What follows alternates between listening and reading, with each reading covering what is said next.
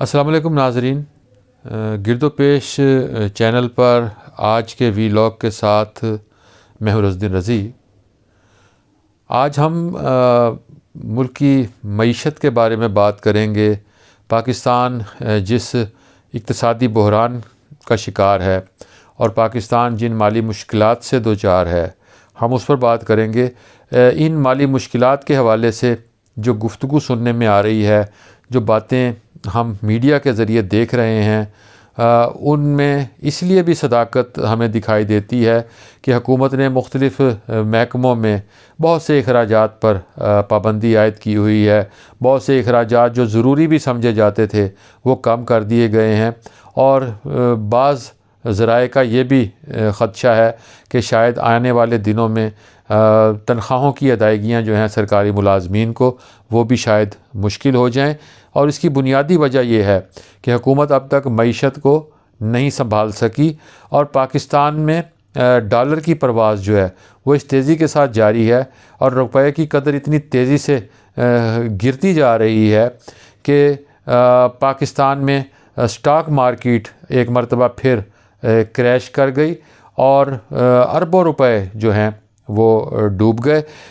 آج جو stock market کی صورتحال تھی، اس کے نتیجے میں ڈالر جو ہے وہ بلند ترین سطح پر پہنچ گیا، اور ڈالر جو ہے وہ 176.65 جو ہے اس کا 176 روپے کا 176 روپے 65 پیسے یہ ڈالر کا آج کا ریٹ ہو گیا، اور اس میں یہ 1 روپے 35 پیسے کا اضافہ دیکھنے میں آیا ہے۔ اور ظاہر ہے جب ڈالر بڑھا تو اس کے بعد صبح ہی سے آج سٹاک مارکیٹ جو تھی جمعرات کے روز، اس میں صبح ہی سے مندی دیکھنے میں آئی، اور ابتدائی جو تھے لمحات انہی میں 2000 پوائنٹس جو تھے وہ اس کے سٹاک مارکیٹ کے گر گئے، اور پھر جب شام تک چیزیں آئیں تو جیسے جیسے وقت گزرتا گیا تو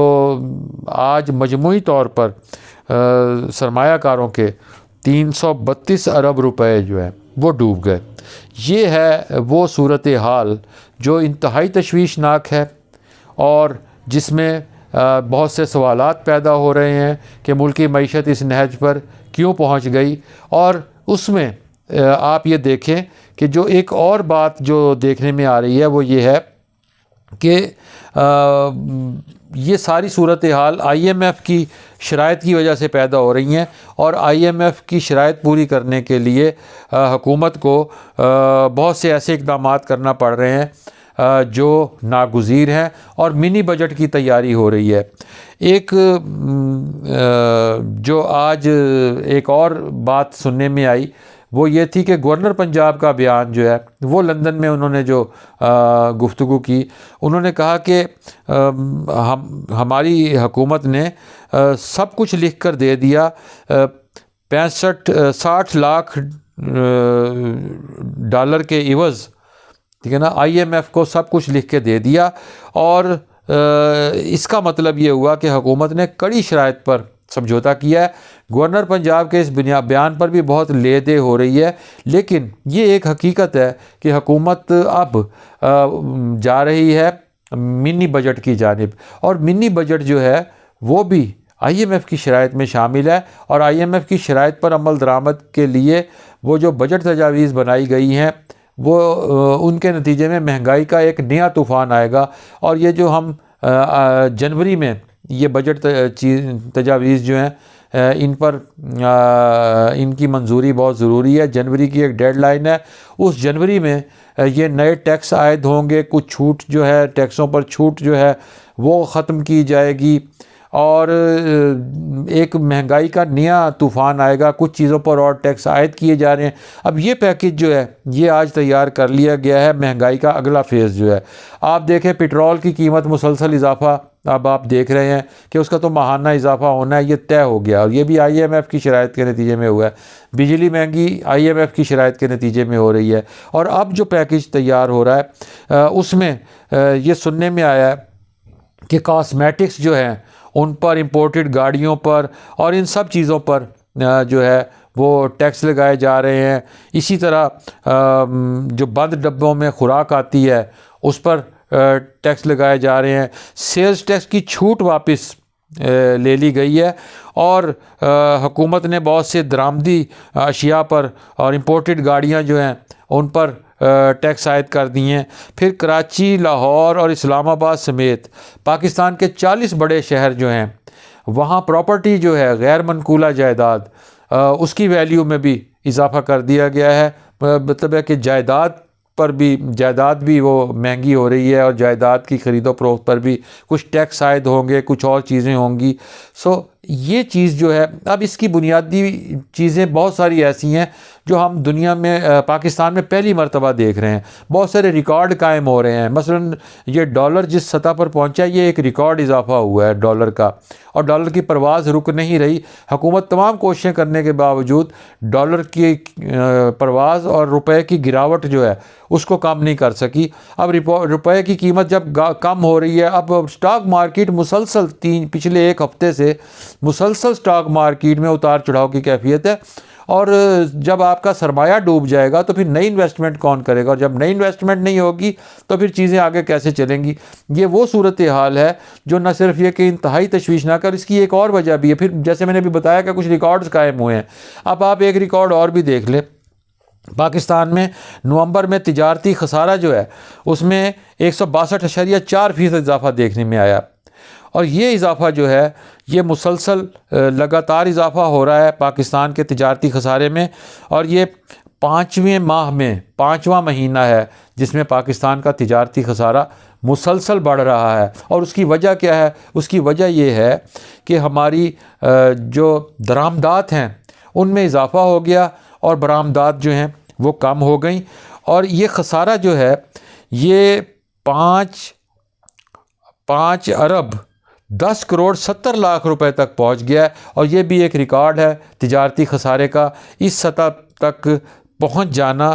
اور اس میں یہ ایک ایسا ریکارڈ ہے کہ جسے ہم دیکھ رہے ہیں کہ جو چیزیں جب اوپر چلی جاتی ہیں تو پھر ان کی واپسی بہت ممکن ہو جاتی ہے. اس کے لیے پھر بہت بڑے آپ کو اقدامات کرنے پڑتے ہیں. آپ کو ایک جسے کہتے ہیں کہ انقلابی قسم کے کوئی فیصلے کرنے پڑیں گے کہ اگر آپ ان اقدامات کو ختم کریں. لیکن دوسری جانب ہم یہ دیکھ رہے ہیں کہ ایک طرف تو یہ صورتحال ہے کہ خزانہ جو ہے وہ اس کی یہ صورتحال ہے، آپ کے تجارتی خسارے کی یہ صورتحال ہے، آپ کی سٹاک مارکیٹ کی یہ صورتحال ہے، سرمایہ کاری ڈوب چکی ہے، اعتماد ختم ہو گیا ہے. جو کراچی میں جس طرح جائیدادیں گرائی جا رہی تھی، عمارتیں گرائی جا رہی تھی، اس کے بعد ہم نے 2-4 روز پہلے ایک ویلاگ میں آپ کو وہ ساری صورتحال بتائی تھی. اور اس میں جو پراپرٹی سے تعلق رکھنے والے لوگ ہیں اور جو بلڈرز ہیں اور جو باقی لوگ ہیں ان سب کا کہنا ہے کہ اب ہم اپنا بہت سارا بزنس جو ہے اسے ہم بیرون ملک منتقل کر دیں گے. اور بہت سارے لوگوں نے پاکستان سے شفٹ بھی کر گئے ہیں. اس کی وجہ یہ ہے کہ انہیں یہاں عدم تحفظ محسوس ہو رہا ہے. بہت سارے عدالتی فیصلوں کے نتیجے میں اور دیگر وجوہات کی بنا پر جب سرمایہ کار جو ہیں انہیں یہ محسوس ہو کہ ان کا سرمایہ پاکستان میں محفوظ نہیں ہے، اور کچھ ایسی افواہیں بھی پھیلے جس میں یہ کہا جائے کہ آپ کی چیزیں ضبط کر لی جائیں گی اور آپ کے خلاف کارروائی ہوگی اور آپ کو نیب کے شکنجے میں کس لیا جائے گا، تو پھر وہ لوگ کس طرف جائیں گے؟ یہ وہ صورتحال ہے جس میں منی بجٹ کے نتیجے میں مہنگائی کے ایک نئے طوفان کی تیاری ہو رہی ہے. تجارتی خسارے کی ہم بات کر چکے، آپ کو یہ بھی بتا چکے کہ سٹاک مارکیٹ کریش ہو گئی ہے. یہ بہت ساری چیزیں جو ہیں یہ ان سے پاکستان کی معیشت کے مستقبل کا آپ اندازہ لگا سکتے ہیں. ایسے میں جب ہم احتجاجی مظاہرے دیکھتے ہیں، جب ہم سکولوں کی بندش دیکھتے ہیں، جب ہم اسلام آباد میں دیکھتے ہیں کہ اساتذہ بہت سارے سکول بند کر دیے گئے، میونسپل کارپوریشنوں کے انڈر کام کرنے والے سکول بند کر دیے گئے صرف اس لیے کہ آپ کے پاس تنخواہوں کی ادائیگی کے پیسے نہیں تھے. وہاں کے اساتذہ کے حق میں طلبہ بھی سڑکوں پر آ گئے، اور اسلام آباد میں آپ نے دیکھا کہ گزشتہ روز اسلام آباد میں ڈی چوک پر اساتذہ اور طلبہ اور ان سب نے ٹریفک بلاک کی اور ادھر جھڑپیں ہوئیں اور سارا کچھ ہوا. سو یہ صورتحال ایک الارمنگ سچویشن ہے، لیکن افسوس یہ ہوتا ہے کہ اس الارمنگ سچویشن کا حکومتی سطح پر کوئی ایسا نوٹس نہیں لیا جا رہا، اور سب اچھا ہے کی خبر ہے اور سب اپنے اپنے مزے کر رہے ہیں. آپ بھاری تنخواہوں پر اپنے مشیر بھی رکھ رہے ہیں، آپ کی کابینہ بھی، پنجاب کابینہ بھی جو ہے وہ شہباز شریف دور کی کابینہ سے بھی بڑی ہو گئی ہے، اور وزیر بھی ہیں اور بے شمار مشیر بھی ہیں اور معاونین خصوصی بھی ہیں اور اراکین اسمبلی بھی ہیں اور اراکین سینٹ بھی ہیں، اور پھر ان کی تنخواہیں ہیں اور یہ سارا کچھ ہے. سو آپ نے اشرافیہ جو ہے وہ تو تیزی کے ساتھ ترقی کر رہی ہے، اور غریب آدمی اس کے لیے آپ نے جینا بھی محال کر دیا ہے، اور لیکن حکومت کو ان میں سے کسی چیز کی پرواہ نہیں ہے.